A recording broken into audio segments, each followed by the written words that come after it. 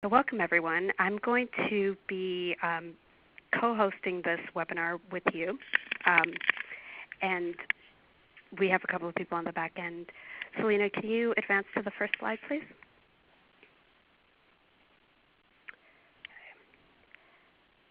Great. So very quickly, I wanted to give you our agenda for this afternoon's webinar. This is a 1-hour webinar.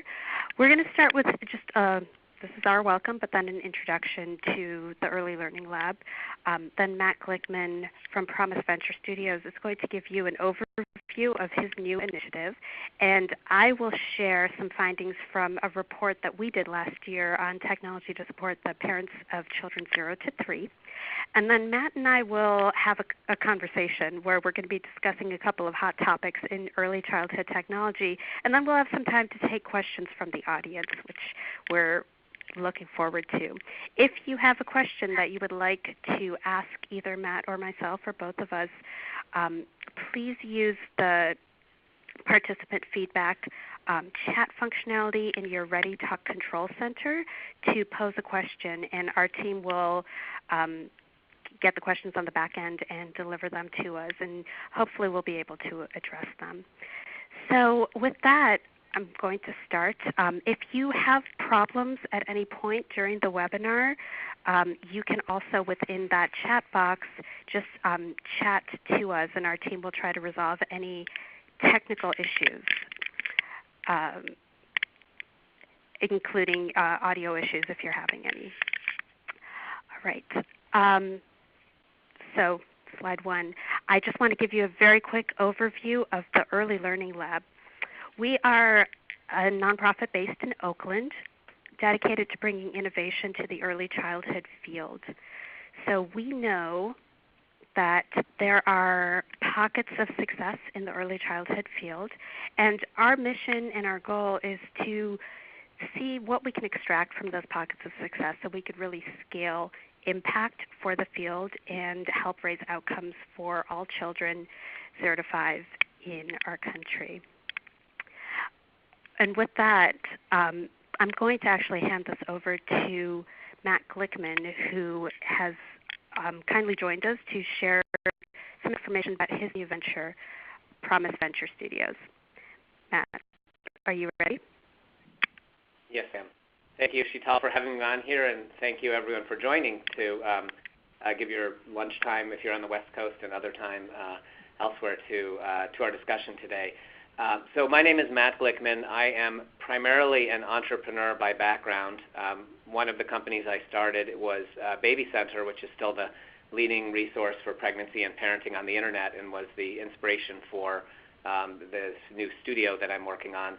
I've started other companies, and I also teach entrepreneurship at Stanford Business School. And what we are creating, Promise Venture Studio, is a nonprofit organization that's designed to spur entrepreneurship in early childhood development. I'm not an entrepreneur who thinks that, I have a hammer and everything looks like a nail. Entrepreneurship isn't the only solution, but I feel passionately, as does the team, that now is the time is ripe to bring more innovations into the early childhood field, and particularly help them scale both organizationally and help them scale in terms of the impact that they're going to have. We'll have both virtual programs so we can reach people all across the country, and we'll do some physical programs as well. Our current focus is going to be on early childhood development, anything kind of 0 to 5, but our particular focus will be low-income families in the U.S. We'll draw ideas from around the world, but there are particularities of our education and health system and how and the societal structure in the U.S. that is causing us to focus there. So let me start. Next slide, please. I can start with, first I should say one of the reasons I was drawn to this is, in addition to having started Baby Center, which really opened my eyes to the importance of early years back in the 90s when the research was really getting popularized, I also had done a lot of work in the K-12 education system, particularly with urban districts, and I really, over the last 15 years, have been struck by how there's a whole entrepreneurial ecosystem and was really struck by the importance of the early years and how much less effort is focused in that area. I mean, not to take away from any of you on the phone, there are a lot of people who are doing really good work, but there needs to be more of us if we're going to make a difference in this area. So I want to start with the problem and then get more to the solution. So when we look at, why aren't more new kind of companies, nonprofits, we're going to support both for-profits and nonprofits, new interventions, why aren't they getting to market and scale? There are basically 4 areas where we see challenges, but also it's the right opportunity. First, unlike, say, education or parts of digital health, this is a very complex system. There are multiple stakeholders. It's part in education, there's part of an education dynamic, part of health dynamic, part of social service. Also a lot of parents and caregivers directly with their families. And then within each of the panels, it's very fragmented. There's lots of different ways that people access healthcare and early learning. So you end up having a very complex siloed system, and also the funding streams, as we all know, are not sufficient here. That's point one. Point two is, and again, I know for most of us here, we're probably aware of the importance of brain development in the early years, but it hasn't necessarily made it quite as mainstream as we'd like for both parents and for the general public. And then that leads to point three, which is there's obviously a lot of innovators in the area. There's a lot of academic research. But if you look at it relative to the magnitude of the opportunity and challenge, there aren't nearly enough people, investors, foundations, entrepreneurs, other people coming into this field. And secondly, there are fewer kind of connections and feedback loops. There's more siloed work here, and part of entrepreneurship is kind of drawing people together who don't normally connect. And then last is, there aren't as many kind of standards and metrics for impact in the 0 to 5 world as there are, like to use as an analogy in K-12. There aren't hard measures and guidelines, and there's obviously huge disagreement, but there's general consensus that kindergarten readiness is an important measure, and we have some general idea of what that means. Same for third grade reading for transition to high school. There really isn't anything equivalent in this field of consensus around the first 2 years. Here's where development kind of what outcomes we look for, or something like executive function, which has great predictors for lifetime kind of outcomes. Sort of how we would measure success with that, how we would measure the range of variability, and then the impact to society long term. So that's the challenge, but a lot of what we call the green shoots are out there. Is one, increasingly just in the last 5 to 7 years, the science continues to evolve to a point where it's being applied in interventions that are working at smaller scales, and so there's a lot that can be expanded upon. There are more philanthropic and even private capital sources coming into the market. There's more general awareness in society, so we think now is the right time to focus on boosting entrepreneurship here. So next slide, please. So our unique thing for our nonprofit studio is that we are going to focus on entrepreneurship and using that as a catalyst to drive ecosystem change. Entrepreneurship is often, it's not going to be lots of people or lots of ideas, but it can have a way of spurring change. And you just can look around the country and around the world at where you see these sort of entrepreneurial ecosystems evolving, whether in certain geographies where they didn't exist before or in certain markets, segments like K-12 education, digital health, et cetera. And our focus, which is just going to be one bit, is to really stay laser focused on giving entrepreneurs the help that they need to drive innovation and impact. And we're going to need to tap on a wide group of mentors and experts and others, many of you are on this call, to help us understand the potential, but also the pitfalls of implementing different solutions. Next slide. So you can think of, there's two main, venture studio, it's not really a word everyone knows, so anyone who's confused about that, don't worry, that's us, not you. We call it that because you can think of it like an artist studio where there's a lot going on and the whole is greater than the sum of the parts. But you can boil it down to us doing two things. One is kind of the hub side of what we do, which is about getting more, not only more entrepreneurs into the field, but more people who can support new ventures that can hopefully have an impact on children into the field and get them more connected. So that will take the form of us doing challenges. There are already some out there. Gary Community's done a great job creating a challenge around early childhood. There's a lot more we can do there. There are things like hackathons. There's brainstorms that we can do. So we intend to do a lot. In fact, in the early years, we're going to focus, or in the early year, this first year, a lot on sponsoring challenges at universities where you have teams that are already working on social impact projects. And again, we'll connect people, provide thought leadership, and connect them into community. So that's kind of designed to increase what we call the supply of people working on this. And then the accelerator part, which for those of you who may have heard of this concept, there are a whole bunch of accelerators that help people develop their venture. There are, general accelerators like Y Combinator is one of the best known that work with now nonprofits too, but traditionally for-profit technology firms. There are accelerators working in specific areas like health and education. We're going to design one for this field. Like, we're very aware that early childhood has some challenges that other fields don't have. Education and health ideas take a long time to actually find customers, to actually work with them to get results. We're dealing with children, particularly in low socioeconomic status. We've got lots of other factors going on. So we need to design a kind of support group for entrepreneurs that's very patient, and then we need to focus on certain things that are unique to this ecosystem. Many of the programs are government funded. Funding is challenging.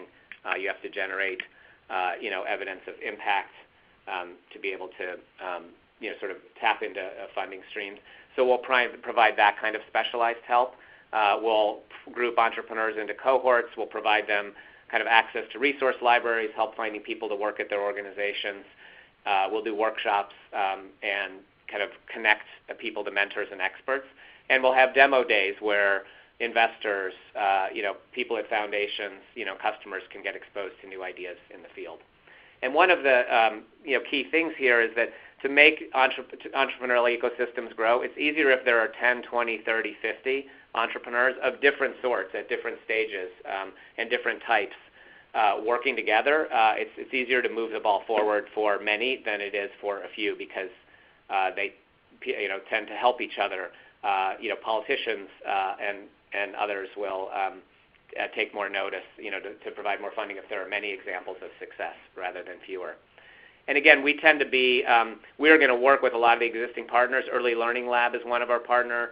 Harvard Center for Developing Child is another one. We're very cognizant that we're working on a small part of this, which is finding more people and new ideas and helping them particularly not just come up with the new idea, but figure out how you can get it into the world, make it sustain and grow and have impact.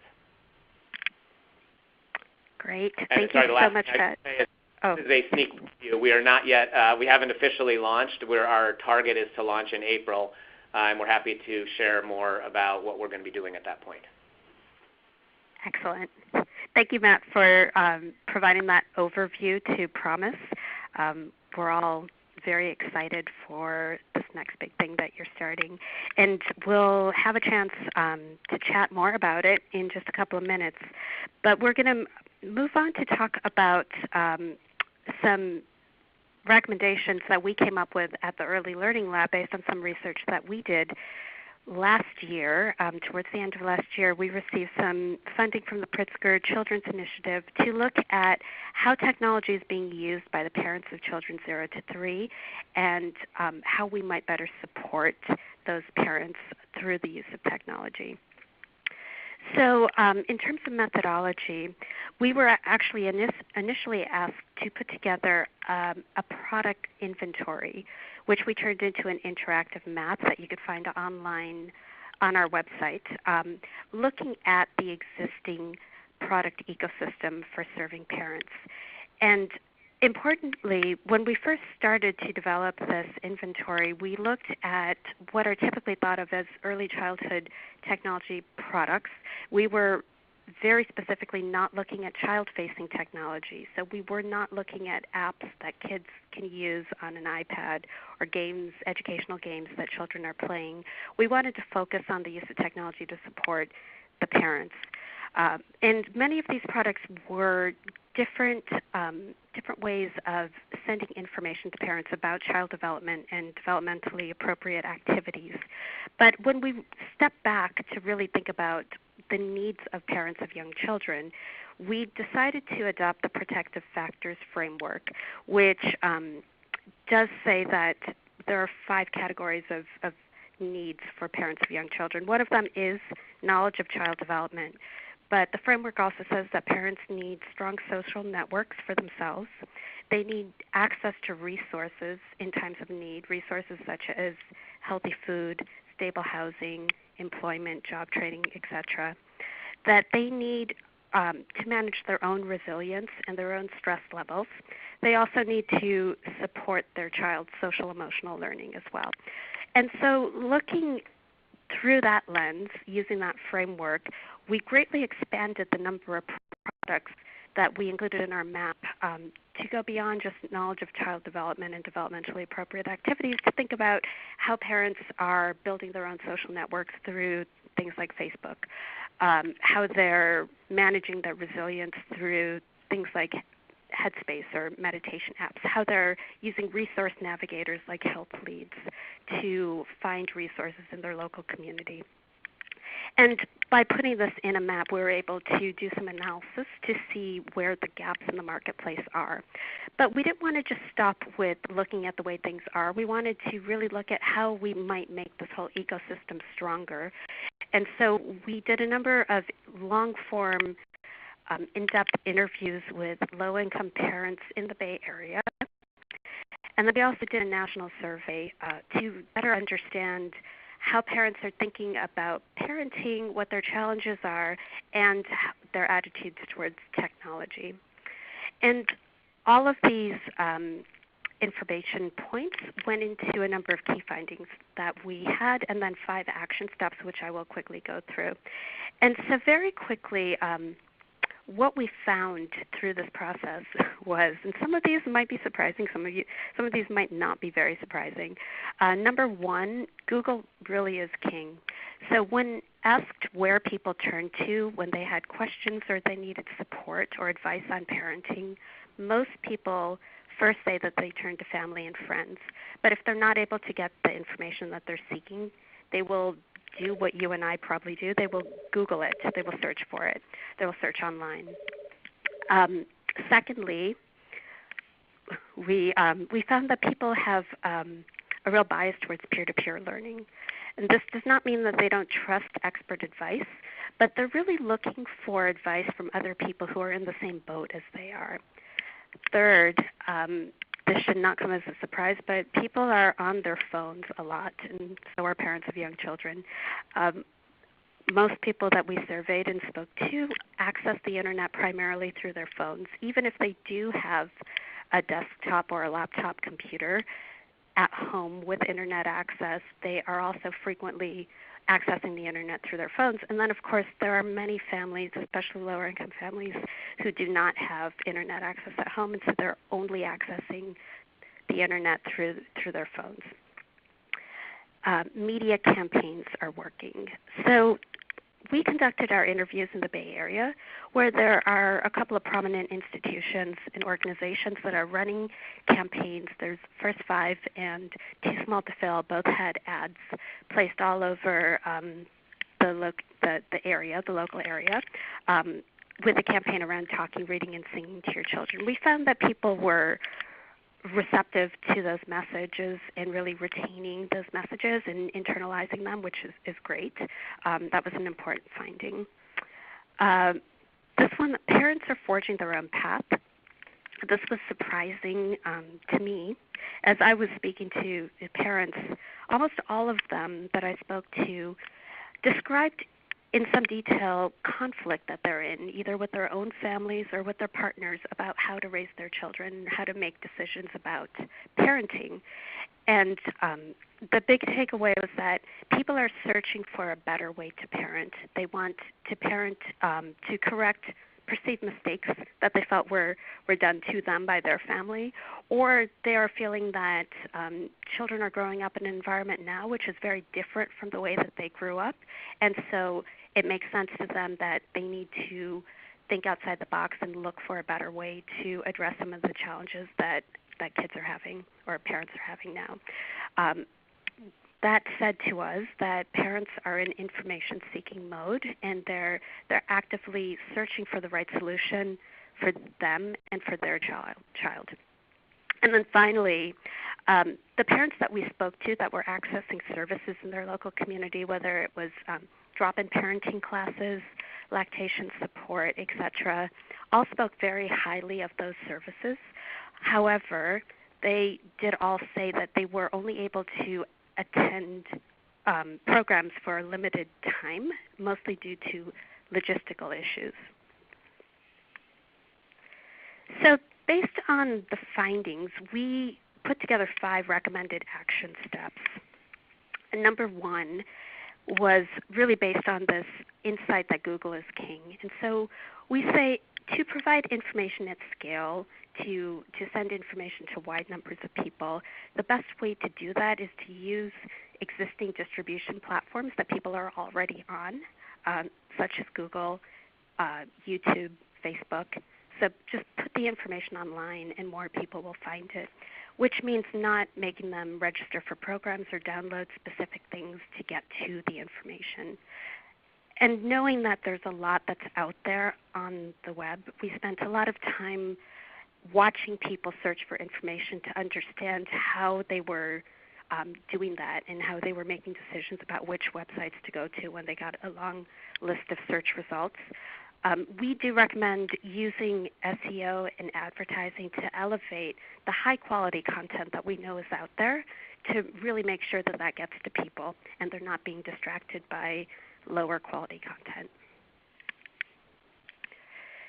And then our second action step is to really think beyond step 1. So step 1 was really about delivering information to people, but we think that we as a field should think expansively about parents' needs and how technology can support them.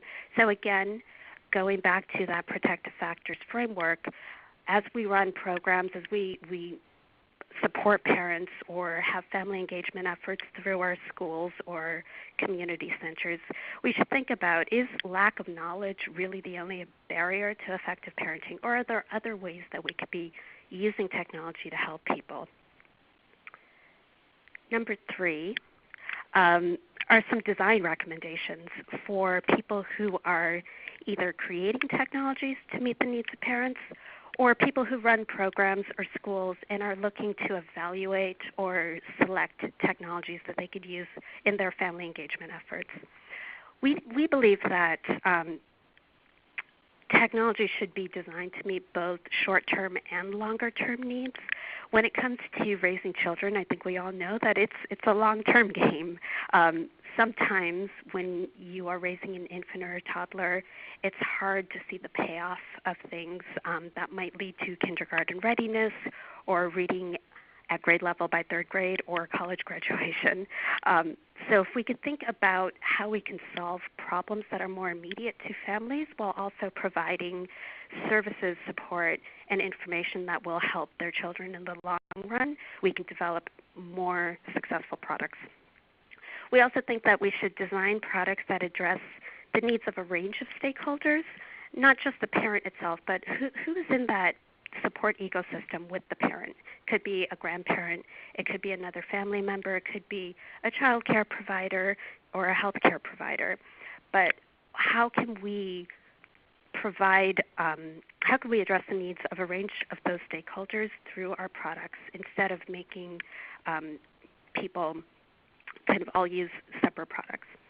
And then finally, just another suggestion is putting data in the hands of the user. When users are able to access their own data and chart their own progress, and we see this through the use of things like trackers or Fitbits, it really motivates people to if they could see their progress, it motivates people to keep using the product. And so we think that that's a smart design tip too that developers should be thinking about. And then penultimately, we think that service providers should be incorporating technology into their programming to extend and deepen their offerings.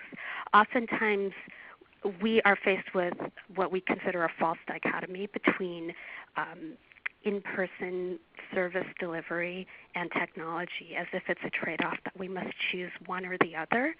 But you will see very successful programs like home visiting programs, etc., start to incorporate the use of technology to really extend their services. And we think that there's great opportunity to do that. And then finally, our last action step is to really evaluate technology and conduct more intensive research with parents. Their evaluation is long and expensive, and so many products have not had a full evaluation. That does not mean that they're not promising or that they don't have potential. By only looking for evidence-based products or programs, we may overlook products or programs that have a lot of potential, and if we do more evaluation, we'll have a better sense of what's working and what's not working. So I will pause there. That is the findings from our report, and as I said, if you're interested in learning more about any of these findings and reading the meat of the report, it's available on our website, which is earlylearninglab.org. So we're going to move into the next phase of our webinar here, which is going to be more of a conversation. So Matt, are you still there? I am still here. Okay, great. Well, I am going to take this opportunity to ask you a couple of questions about your new venture, and we'll have some back and forth, and then we will be taking questions from the audience as well. So if you do have a question, please just chat it into us.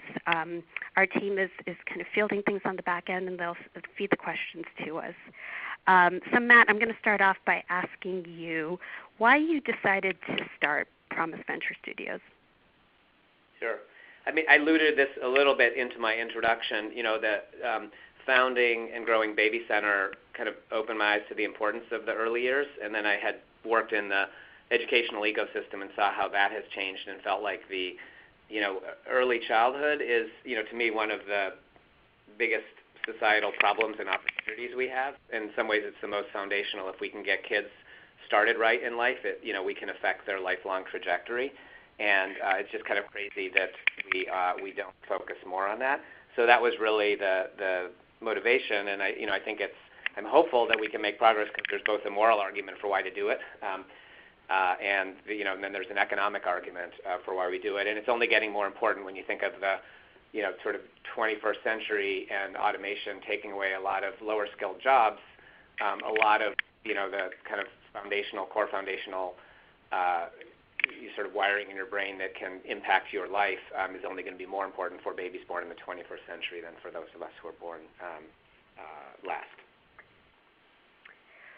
Well, when I think about your experience, and I think about Baby Center in particular, which was a site, and I'll consider it technology because it was a website, but when I was pregnant with my first child, it was a godsend to me. I would wait for my emails from Baby Center to tell me what I was supposed to be doing on a weekly basis. What did you learn from the Baby Center experience that influences your view of parents and young children now, and is influencing the way that you're designing Promise Venture Studios? Yeah, and Baby Center, was a great learning experience for me. I'm really proud of what we built. I'm not formally involved, but I'm connected to the team as well. And actually, I was really struck by, looking at your presentation, how similar, kind of your learnings were to what I personally experienced, starting Baby Center back in 1996 and watch it evolve. And I think one, which is kind of obvious but needs stating, is that everyone wants the best for their kids. Like, you're starting new in life, and it's something that everyone wants. Two, which I think again you echoed, is that everyone defines it in their own ways. So there's not one single definition, and parents are so overwhelmed that they just want you need to give them information that's exactly for them. And so everyone has a different context about what they need and when.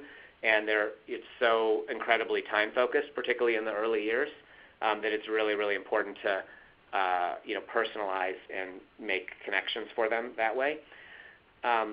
Another lesson is that, which is I think a great opportunity here, is parenting is a great leveler. We all come in and it's just humbling for everyone. So it's kind of one of those rare opportunities where you can connect people to a wide, kind of across geographic, socioeconomic, cultural divides, because you're going through this intense experience together.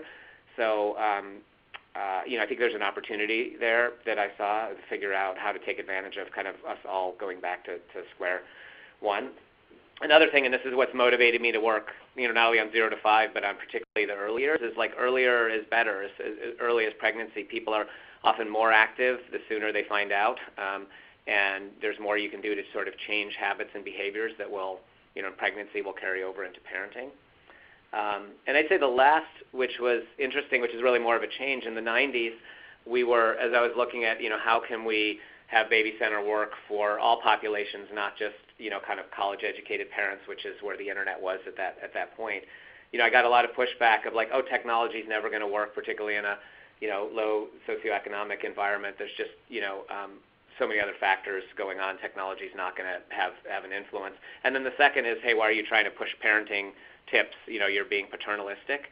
And when I kind of came back to this field about 4 years ago and started trying to figure out how I could, help make dent in the opportunity here, I was struck by how the world has changed. That there wasn't actually a reluctance with technology. It was actually more the opposite. Most new moms and caregivers, they're young, they're actually all on their phones, and so we need to be there.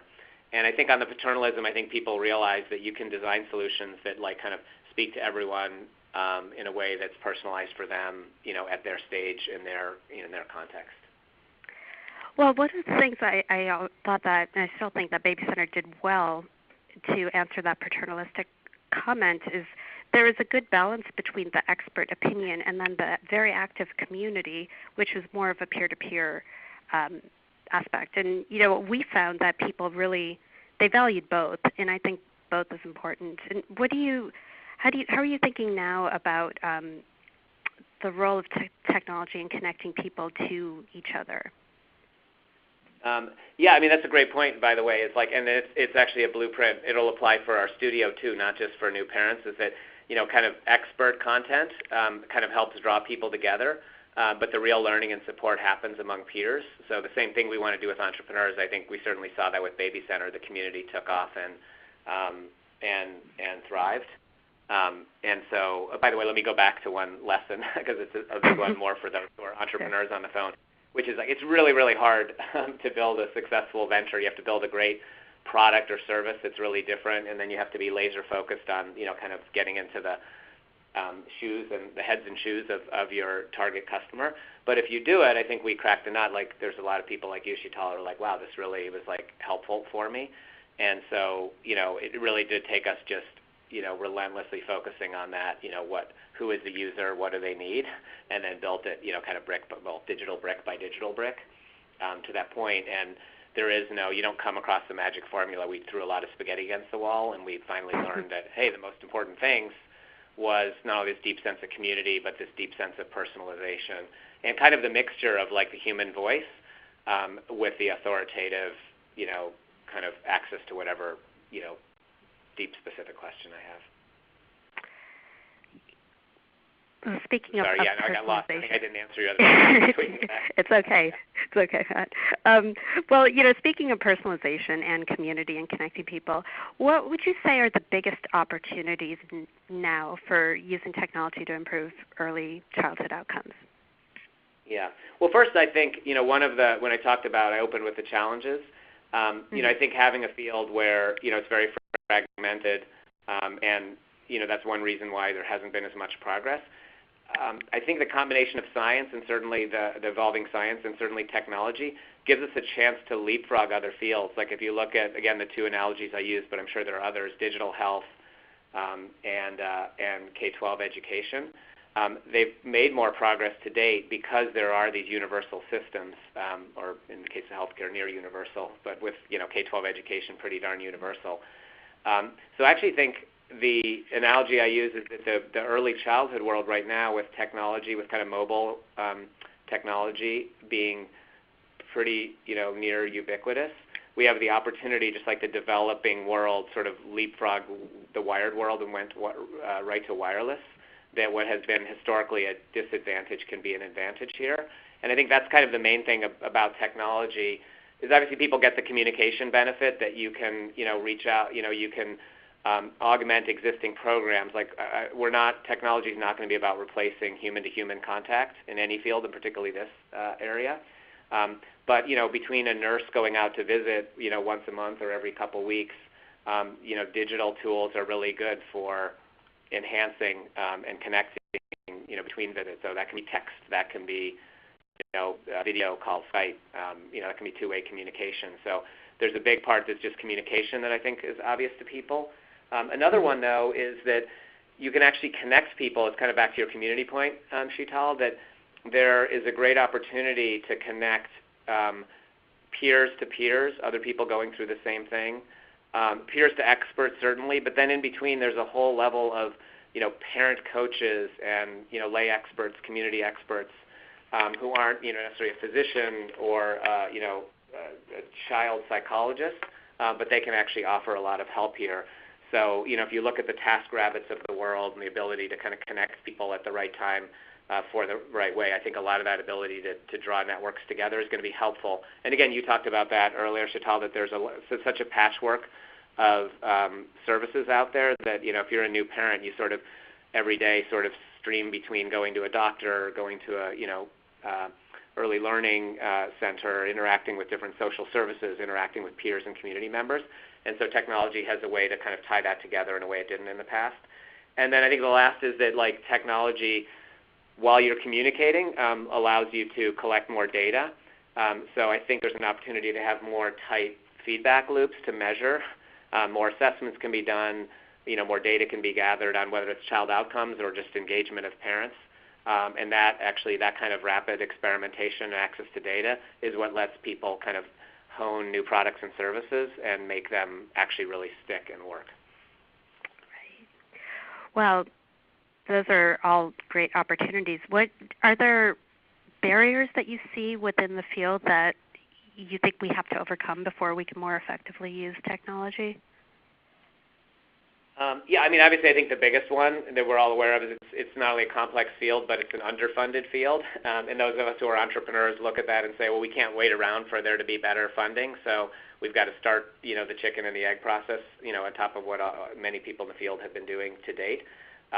So I think that's clearly a barrier, and I think there's different ways to chip away at it. I think we talked earlier about how there aren't kind of this more kind of consensus level kind of measures and markers and what are we shooting for. And so again, that's not something we can do as entrepreneurs, but working together with policymakers and scientists to define and kind of get some consensus around what we're shooting for, and not have it be sort of a big gap between birth and 5. I think that will be important. And I think the last I'll say is, because people ask me this a lot, is like, how can you use technology? Coming from Silicon Valley, the thing is, you never start with technology first. You have to start with the human and the need first. So I think the design thinking part of what we do is actually more important to kind of reimagine how you can deliver new services and make a difference. So I think that's getting people out of the mindset of either technology can't help here or technology is the savior. It's kind of always starts with, who's going to be using something, and what are their true needs. Right, and we would definitely echo that emphasis on design and design thinking. I think that even programs can learn a lot from Silicon Valley and the tech world in terms of how to really deeply understand the user before you start to build something that people might not actually want or use, right? What about this question that I hear sometimes, that when it comes to early childhood as opposed to K-12, there is no system or there's no market. The market needs to be built. When you think about the ventures that you're going to be incubating in your studio, who are you thinking of in terms of the buyer for these products? Yeah, that's one of the I don't know if it's the nice things, but one of the truisms of entrepreneurship is you can't legislate it from the top. It all comes from the insight and passion of the entrepreneur and then the team they put together.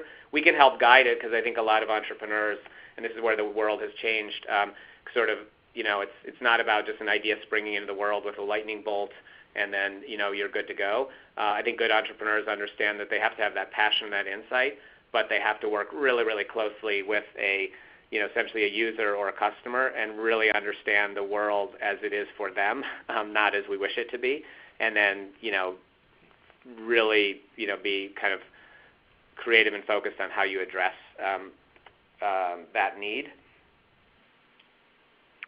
Great. Yeah.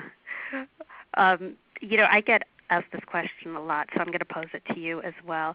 But is there an example of a transformative technology that you see in other fields that might point the way for early childhood? Yeah, I'm sorry, I didn't finish the second half of that question. Is by focusing on the user in need, it means there's no, I think there's going to be hopefully ideas that work through, free health clinics, that work through pediatricians, work in all the different aspects of the health kind of part of this ecosystem, that work in early learning, whether that's Head Start or public pre-K or family daycare, or through different kind of social service and programs. So again, I think that the trick is there's no right answer there. And obviously, no question, kind of the funding that goes with that is difficult. But and this is again part of why we're creating this is we're trying to help give some entrepreneurs an unfair advantage. That if they were working in financial technology, there might be more money available.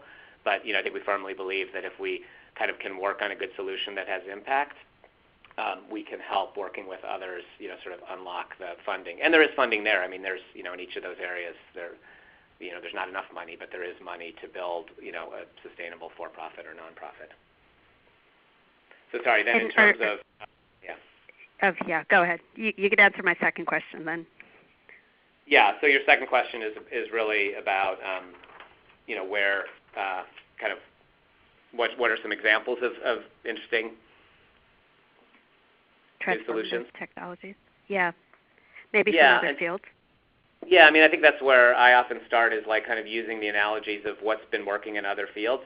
And again, I think, all of them are going to be, have their challenges, but I see lots of opportunities. Like if you look in medicine, there is this sort of precision medicine, movement that's focusing on, even, gene editing and trying to, look at how to tackle cancer in new ways. I think that level of kind of, biological kind of personalization is important, and there's work going on there. I know the Harvard Center for Developing Child that I mentioned earlier is working with JPB and others to sort of come up with new biomarkers, that actually get down to the level of individual children and how sensitive they are to different environments. So I think there's probably something around there in the longer term. In health, and health is the harder part, I look at examples like there's a new company out here that's reimagined primary care delivery. Again, back to my idea of what's the user in need.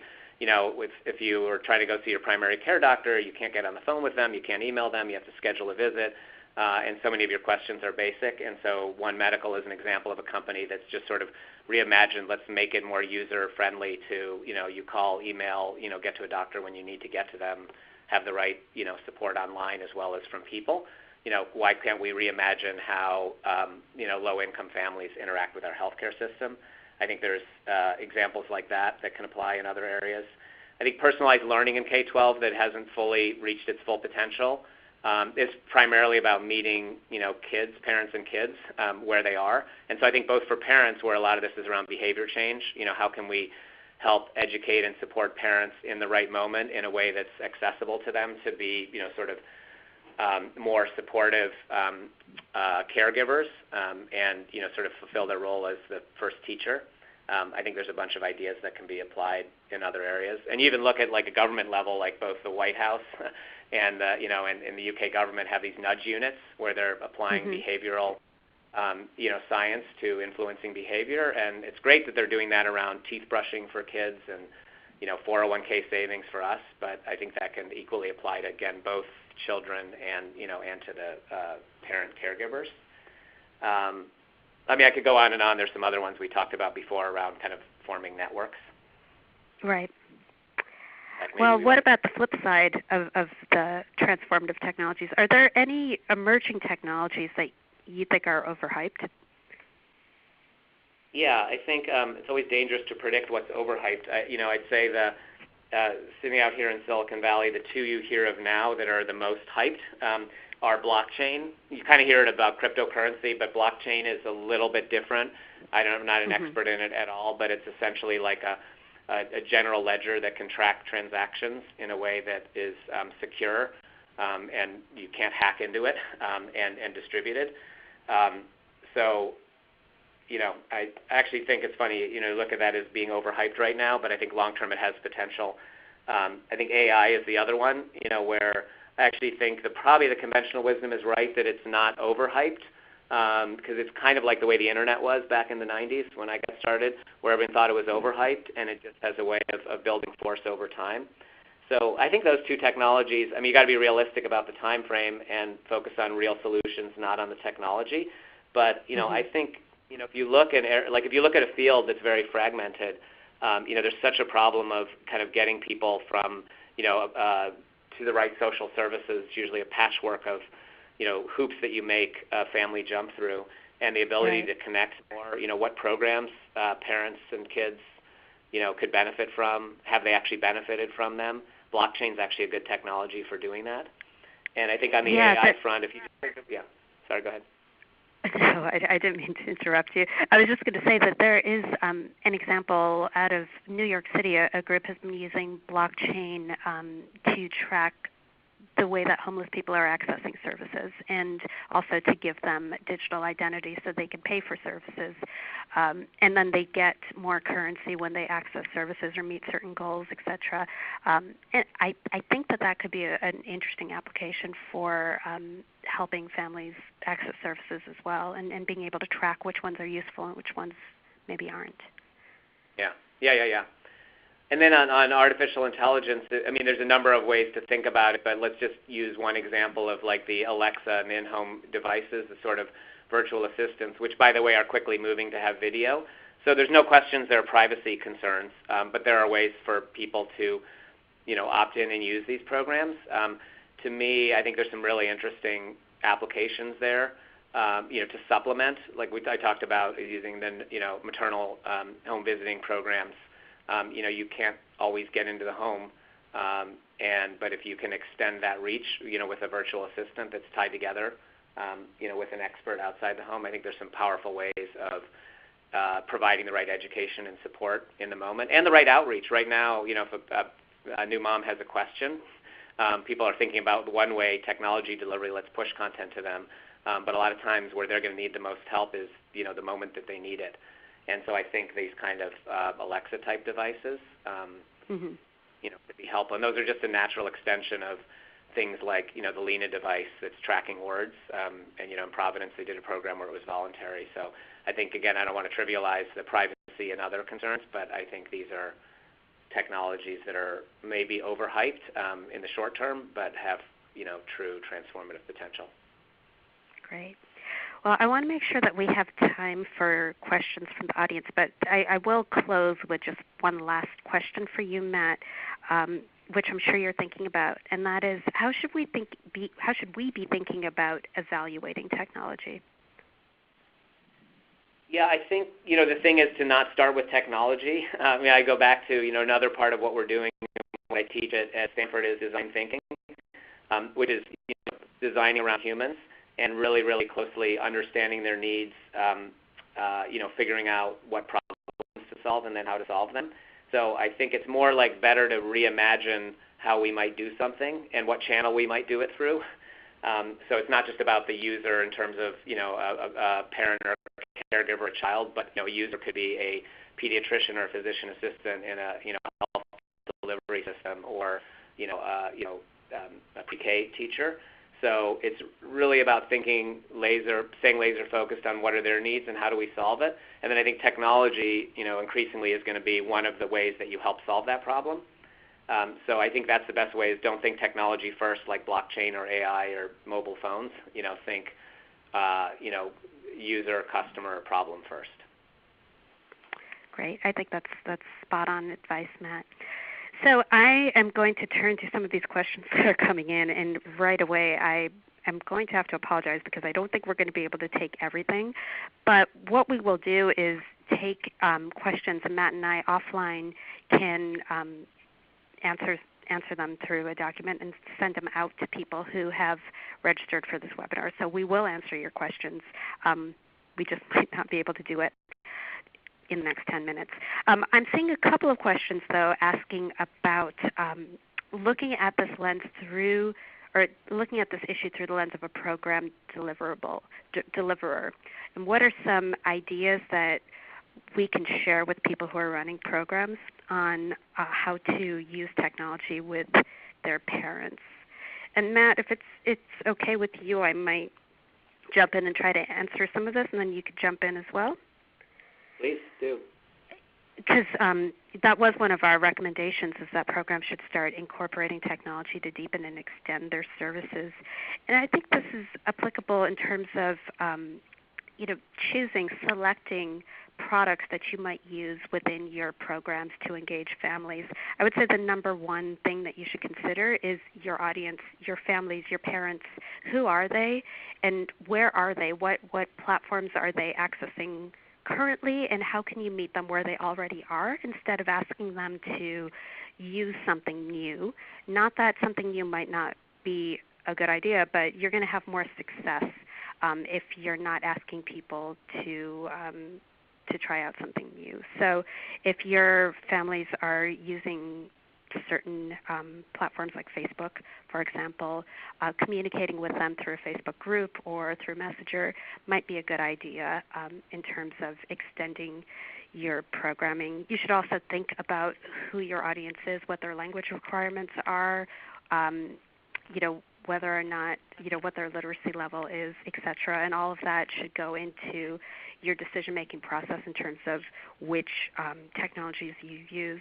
And then secondly, think about these design tips that we talk about in our report and that other experts advise in terms of designing technology. Again, making sure that you're meeting the needs of a range of stakeholders who might be able to provide support for the main user, or thinking about longer and short-term needs. And then, of course, that idea of putting data in the hands of users, which is really empowering. Matt mentioned the Lena tool, and that's just one example of a tool where you could track your own progress. And then, finally, I would say whatever technology products you use, make sure that you have an evaluation plan, so you know that what you're using is working. The product should align very closely with the goals for your program anyway. So as Matt said, you're not thinking tech first, but you're thinking about the way that you want to deliver your services, and make sure that that technology is aligning with that and supporting what you intend to do. Matt, did you have anything else you wanted to add? Yeah, no, I think you articulated that well. I was just in reading some of the questions. It really is around, you can't think of technology as something you push on someone. You have to think about it in terms of, what does your stakeholder, what are they really after, what do they need, and if technology is a way that helps that, if they go from saying, like, I need something in this moment, or I need, a bite-sized, nugget or idea for how to do something with my kids, well, if technology is a good way of doing that, then that's great. It usually doesn't start the other way of let's figure out how to use your phone to make your life better. And again, this is part of what we're going to do in our studio is, one, help entrepreneurs make sure they're understanding for program deliverers, what's their reality, because part of entrepreneurship and design thinking, as I said, is not just thinking about the end user, but whoever is working with them, a caregiver, a program deliverer. You have to understand their needs and their constraints.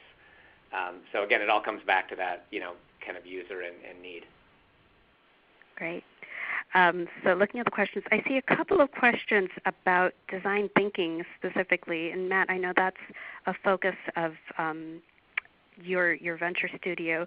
One of these questions is, if I were interested in design thinking, how would I learn more? And another is around experiences implementing design thinking in low SES populations. Are there any special considerations? Could you take that one? Right. So we will be doing some design thinking exercises, but really the best way to start is go to the web and search on it. The D School, which is short for Design School at Stanford, was one of the kind of pioneers in this area, along with IDEO, which is a consulting firm, but they have also IDEO.org. So I would go to IDEO and D School and take a look at some of those things, and that should naturally lead to, there's tons of workshops and webinars and things like that teach you to it. It's a very experiential The concepts aren't difficult. It's about learning how to apply them. And so I would, definitely tap into what's out there. I'm not very big on buzzwords and programs, but I'm kind of a convert to it because it really is a good structured way of helping you think about how to solve problems.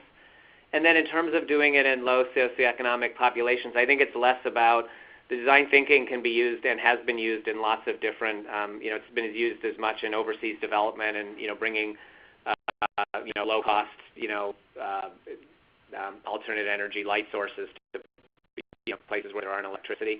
So I don't think there's anything per se that makes it more difficult around low, socioeconomic status populations. It's more kind of, I think, design thinking. You want to find people, you want to get people together who have some, not too many experiences so they're biased, but enough experience, with the population and with the community, so that you're coming up with, realistic solutions that both represent the opportunity and the, potential challenges.